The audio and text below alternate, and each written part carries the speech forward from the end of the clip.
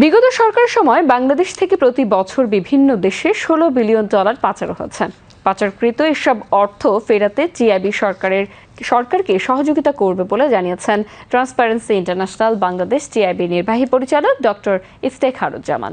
আন্তর্জাতিক দুর্নীতি বিরোধী সংস্থা ট্রান্সপারেন্সি ইন্টারন্যাশনাল টিআই এর আন্তর্জাতিক পরিচালনা পর্ষদের চেয়ারপারসন ফ্রাসোয়া ভ্যালেরিয়া এর 3 দিনের বাংলাদেশ সফর উপলক্ষে আয়োজিত এক সংবাদ সম্মেলনে তিনি এই কথা জানান।